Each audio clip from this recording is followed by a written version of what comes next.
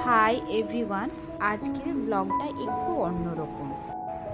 প্রচণ্ড রোদ মাথায় নিয়ে বেরিয়ে পড়লাম মেয়েকে স্কুল থেকে আনতে। রোদ যাওয়ার সময় হেঁটেই যাই, কিন্তু আজ ভাবলাম না, এই রোদে আর হাঁটা নয়। তাই এই সামনের মোড় থেকে একটা টোটো ধরব।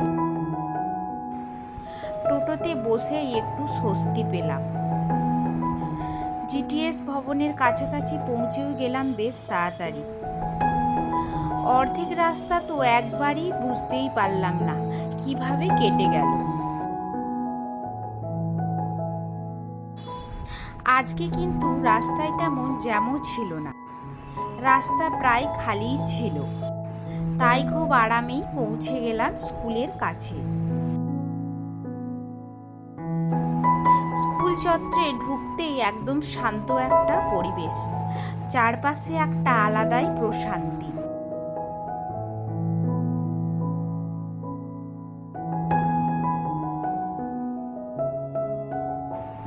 গেটে দাঁড়িয়ে আছি, আন্টি গেট খুলে মেয়েকে আমার হাতে তুলে দিলেন। সেই মুহূর্তটা সবসময় খুব স্পেশাল লাগে।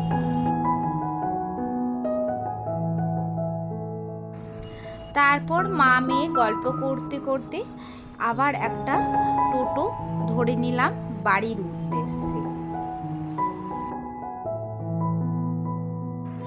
বাড়িতে পৌঁছেই সে গটগট করে সিঁড়ি দিয়ে উঠে যাচ্ছে, কারণ ও নাকি আজ গেটের চাবি নিজেই খুলবে। এই ছোট ছোট মুহূর্তগুলোকে নিয়েই আমাদের দিনটা সুন্দর হয়ে ওঠে। এখানেই আজকের ব্লগটা শেষ, আবার দেখা পরের ব্লগে। Bye bye.